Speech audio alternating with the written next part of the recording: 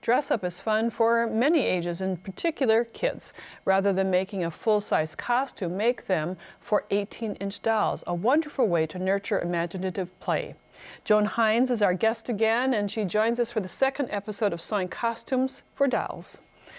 What are we going to do today, Joan? Well, hi, Nancy. Sewing for Dolls allows you to try a lot of different techniques and use a variety of fabrics. The cowgirl outfit is the case in point. Fringe and a cow print are not the norm for sewing. Yet with this costume, your little girl and her doll will win first prize in the make-believe rodeo. Doll costume dress-up. That's what's next on Sewing with Nancy. Sewing with Nancy, TV's longest-airing sewing and quilting program with Nancy Zieman, is made possible by Baby Lock, a complete line of sewing, quilting, and embroidery machines and sergers. Baby Lock, for the love of sewing. Madeira, specializing in embroidery, quilting, and special effect threads, because creativity is never black and white. Koala Studios, fine sewing furniture custom built in America. Clover, making a difference in sewing, quilting, crafting, and needle arts for over 30 years. Amazing designs and Class A needles. Not only sewing doll clothes great for the little girls in your life, but these are fun to make. And Joan is going to show first one and then a second one of the cowgirl option. Yes, the first one that we have here is the cowgirl in cow print with some fringe, and we have a vest and a simple elastic waist skirt. Now, the pattern pieces for the vest is very simple. Yes, it's just one pattern piece. It's placed on the fold, and you would cut out one for the vest and one for a lining. And in this example, we've used a contrasting print, and the preparation for the lining is pretty simple. All you need to do is press the shoulder seam towards the inside, and I've done that on all 4 of the shoulder seam pieces. And then you are going to sew them together, and we can see in this next example that I've stitched around the neckline, the armholes, and then around the body of the vest. Leaving an opening for turning. Right, and you can see that this seam has been stitched down. So here we have the same fabrics, and you do a little clipping in the curved areas and trimming off on the corners. Right, and then right. You know, it takes the most time to turn this right side out. Yes, that's the most difficult part. So right. we did that in advance. And here you can see what it looks like on this side, that we have it turned. And on this side, we need now to close the shoulder seam on the lining. So let's just take a look at the open seam. And that extension is right here. That has not been folded under. You meet those right sides together and you sew them together. So that then, as Joan's sample shows, you tuck that seam inward and then sew it by hand close. So it's a narrow shoulder seam, but for a doll, it's a great way to work at it. Yes, yes, it doesn't take very long at all. And then you can trim it with the pink fringe. Speaking of pink fringe, I have this on the skirt, and this is a great way to make a skirt for a doll. This is 40 inches in length, and you can make it as long as you'd like, about 5 inches. And we've serged the edges, or zigzag, just clean finished those edges. Now this fringe, you know, Joan, I have to say, I'm not a big fringe person, but this would be fun to sew. Yes, indeed. Every cowgirl outfit needs it. So you just straight stitch. So for doll clothes, straight stitch and a zigzag, that's all you need. So just stitch that all along the edge. Then press under the casing, and about 1/2 inch worth is what has been pressed under and then stitched on this side. Now for elastic, the standard size of elastic for 18-inch dolls for the waist is about 11 inches. About that, right.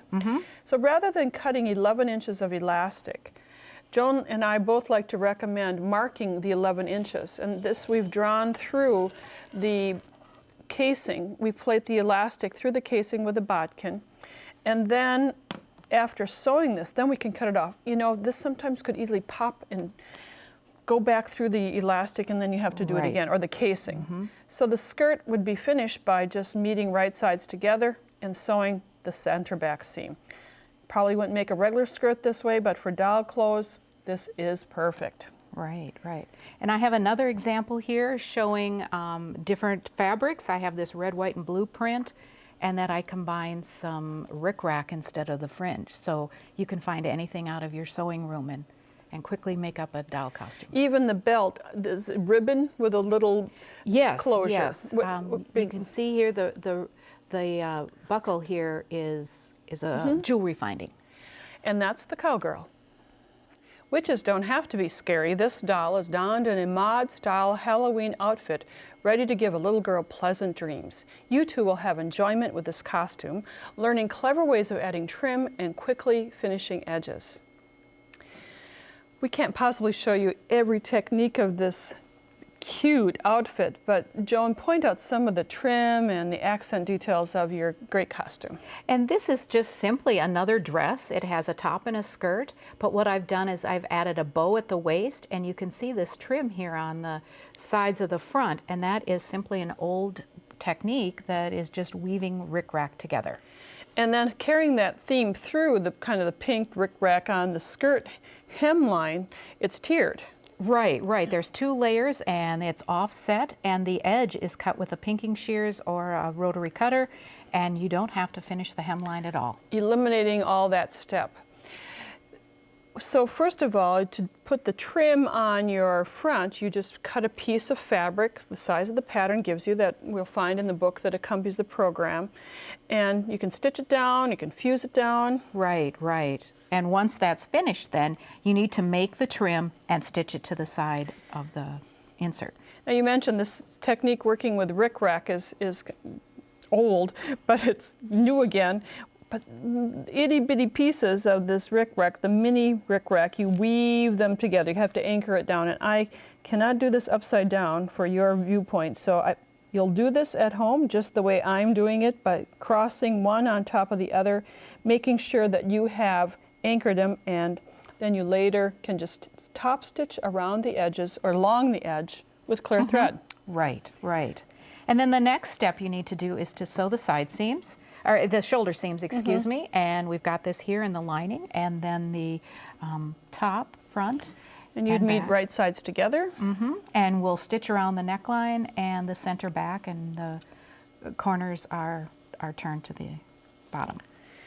After you turn this right side out, you're going to be stitching in the sleeves. Now the neat part about the sleeve is that the cuff, and the cuff section is not a ruffle, but it's a circle that's been cut. And again, we're going to use the pink and sheer concept. Now on my fabric, on the board, I've begun to cut. I had the pattern shape traced. It works out better to trace it, just use a circle, and then you can see I've used this pinking edge, and then you can cut the side seams, and you can kind of rotate and cut around the opening. You wouldn't have to do this part with your pinking blade, but we'll just finish the job. Then this stretches out so that it fits the lower edge of the cuff.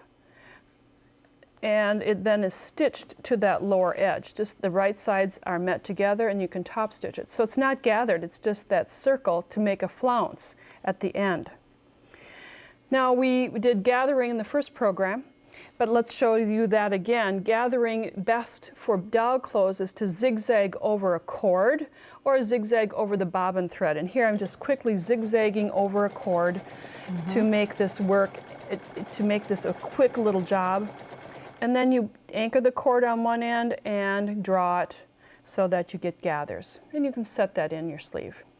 Now, Joan, this design of this skirt is very clever. Yes, it's 2 pieces of contrasting fabric, and they're offset, so the points are in different spots. And the edges are turned, or the sides are turned and stitched, and then you would gather the top edge, just like you did on the sleeve. We already have 4 pin marks in here to get the quarters, and then I've quarter marked, or Joan has quarter marked, excuse me, the top of this, and so then you meet your quarter marks together, and sew.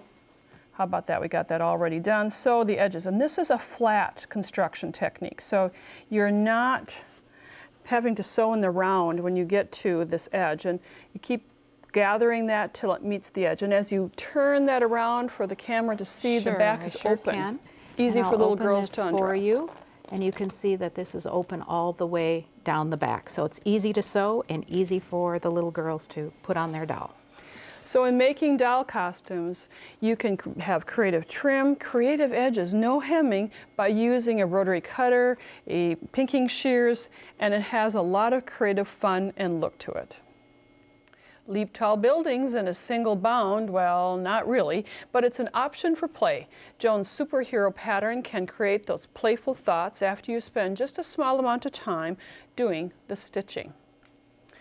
Now again, we're going to share with you some of the unique ways of putting this costume together, these little pieces, and 3 parts here, Joan. Right, we have a top, and then it has a skirt, and just a belt that goes around the middle, of course, and then we have a cape. So that's 4 pieces, I'm sorry. That's 4 pieces, right, right. And the cape is uniquely attached because it just has a snap here at the top, and I can pull that off. And so you can allow easy dressing of the doll. Sure. Now the same kind of pattern pieces are used as we used for the comparable to the witch, but because it's sleeveless, share with our viewers how that's sewn. Right, right. We've got the pattern pieces here. You need front and backs, and I've used a contrasting lining here. And the first step you need to do is to stitch the shoulder seams here. And once that's done, you would place it right sides together. And not only will you stitch around the neckline and the backs after you've wrapped the corners, but you now will do the armholes as well. And when you turn this right side out, it takes some time to get it through those little narrow seam allowances, but that's why we have opted to have that done for you. So here's one that's done, but now that side seam is kind of fun. Right, right. We have that finished on this side, but a way to stitch it so that you don't have any raw edges is to open it up, and you would simply put the front together and the lining sides together. This is four-handed sewing. Right, right. And it's pinned, and you would stitch. And here's a close-up of that stitching. You just go right from the bodice to the lining, all in one swoop. Right. So once it's turned, then this is what it will look like on that side. Yeah, so it's all continuous and the armhole has been stitched. So you can then finish the lower edge. You just turn it under. Top stitch. You don't have to worry about fancy stitching. Just, not on this one, no. Just do it all by machine if possible. For the skirt, it's just one pattern piece, one placed on the fold for the front, and there's a seam allowance for the back so that you can have an opening, and you can see the side seams that have been stitched. So it's practically finished at this point. And then there's a little waistband, but don't think garment sewing waistbands, just think of doll sewing waistbands. Here we're doing it in a contrasting color, and just stitch it to the top, and then it folds around, and I'll show you the back. It's just encasing that edge. It doesn't have to stretch because that doll is one size, and we just made it to fit that. Now we look at the finished skirt. Here we have it in the same color. It's just been turned under, and then a hook and eye or hook and loop tape can be placed there. It's pretty easy and can be done quickly because the hem is just turned under after serging or zigzagging and top stitch it into place. So can't beat that. Now the cape you have here, Joan, we have lots of little pieces here. The cape is double layer, and then a bias tape at the top, and then the snap. So we have the sample. I love the fabrics you found, all these satiny fun fabrics, and that zigzagging over the cord, over the bobbin, excuse me, which we showed you in the first program. So it's a way of quickly making some component pieces. But you can also lengthen this skirt. Right, and once it's lengthened, you can use it as a circle skirt for a poodle skirt. This is a beautiful doll dressed in her gray poodle skirt, and you even get the outline of the little poodle on there, so you can fuse that. You don't have to sew it on, just fuse it on. So once you have a pattern for a doll, you can make it many different ways so that it has a lot of creativity. Longer or shorter, you have dress-up costumes. Next, the Cute as a Bug costume. It's amazing what a little polka dot fabric, pom-poms, and sheer fabric can turn into. This costume makes me wish I were a little girl once again. This, believe it or not, this costume is made very comparable, Joan, as you pointed out to me, this little top from the hero costume. It doesn't look like this little costume will look like it's made like this one, but why don't you show to our viewers, there's some similarities. Yes, yes, we're going to be constructing it exactly the same way. The only difference is, and you can see with the wings here that are attached, we will have to stitch a seam here at the bottom because we need to include the elastic.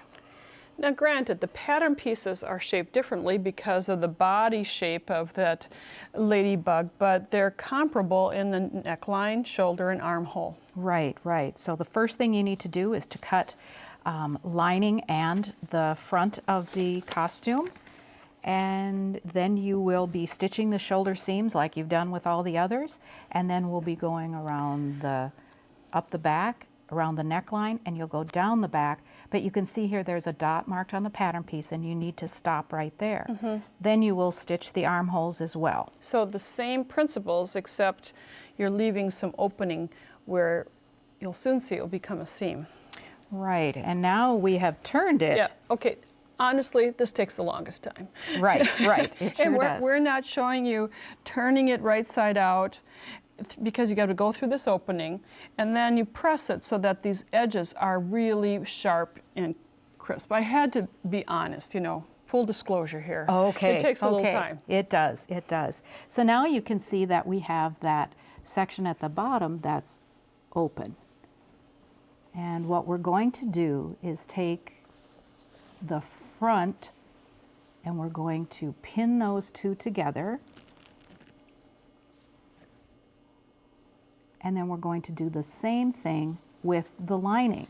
And we'd have a pin here, and then you would stitch from the edges to the center. And my goodness, we have a sample for that. Here it has been stitched from the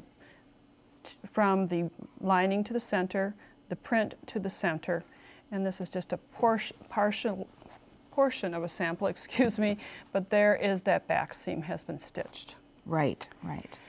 So then the underarm seam is sewn in the same way we did with the superhero costume, meeting the fronts and backs, and you sew one long seam. So it's just a little bit longer seam allowance. It's the same thing. That's what I like about your techniques. It builds one on top of the other.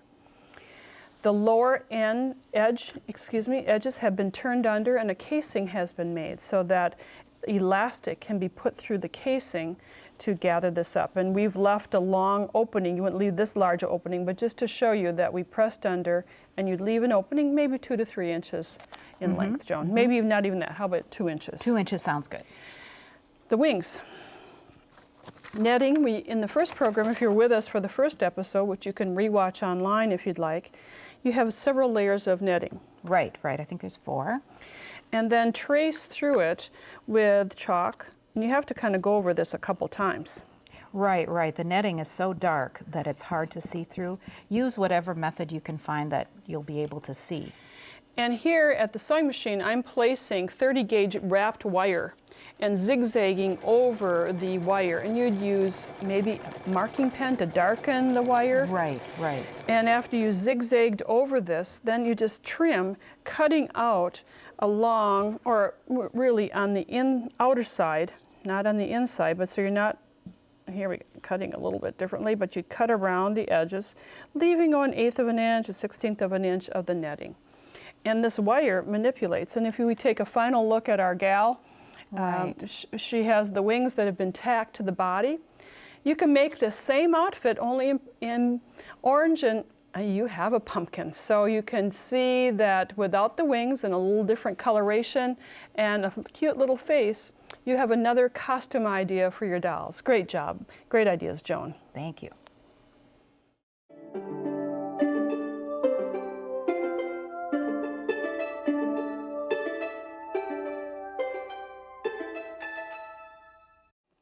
During today's Nancy's Corner interview, learn to become part of a new way of thinking about quilting, one that values our skills, talents, and the beautiful things we create.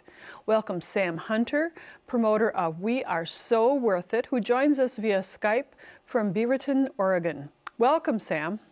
Hello, Nancy. Really good to see you again. It's a pleasure to talk about this and to value our work, whether we're sewing or quilting. Tell our viewers how you started the concept, We Are So Worth It.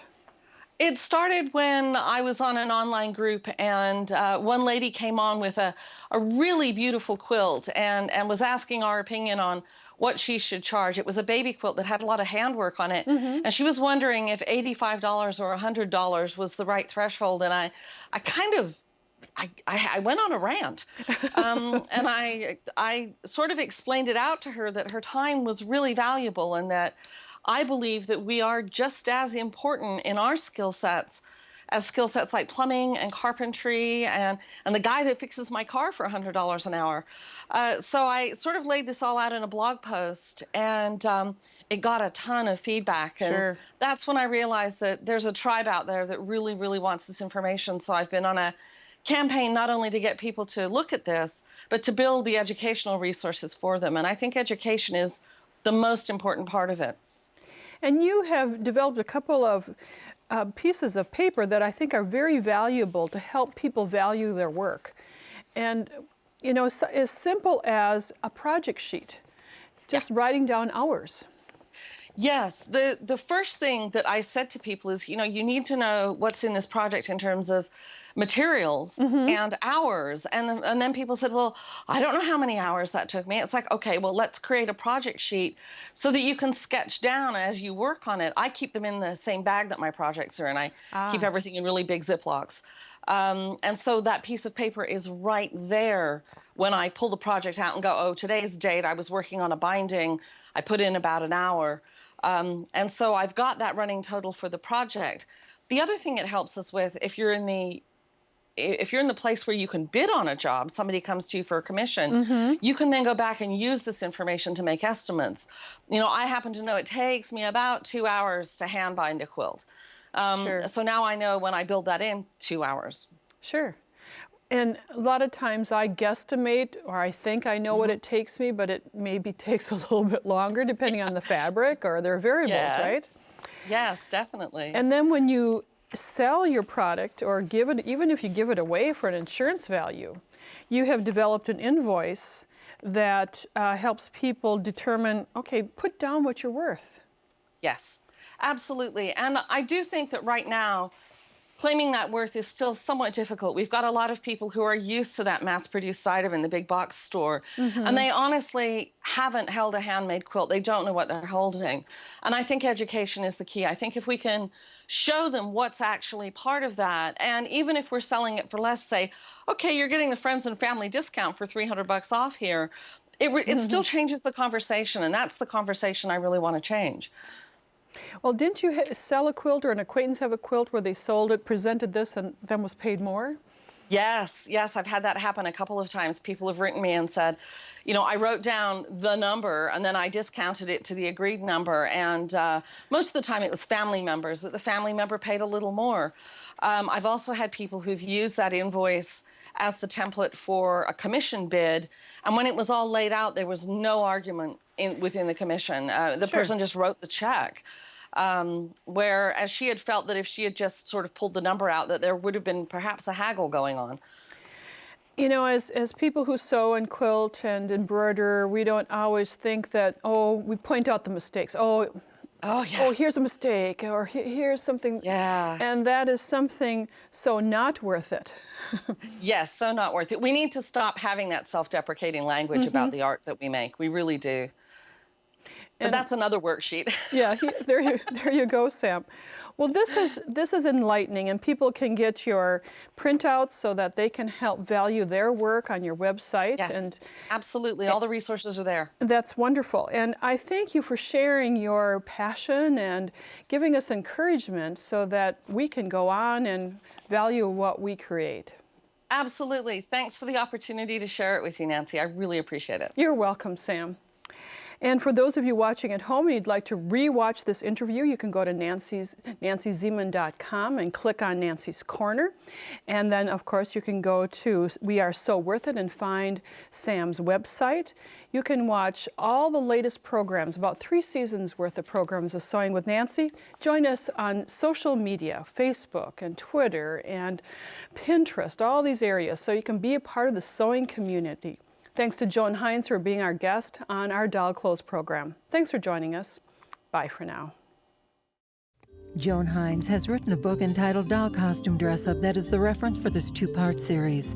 The book includes a CD with 20 printable patterns for doll costumes. It's $18.99 plus shipping and handling. To order the book, call 800-336-8373 or visit our website at sewingwithnancy.com/2811. Order item number U7871, Doll Costume Dress Up. To pay by check or money order, call the number on the screen for details. Visit Nancy's website at nancyzieman.com to see additional episodes, Nancy's blog, and more.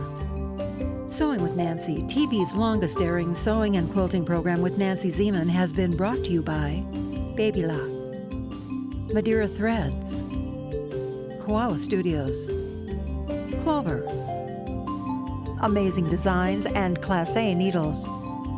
Closed captioning funding provided by Pellon.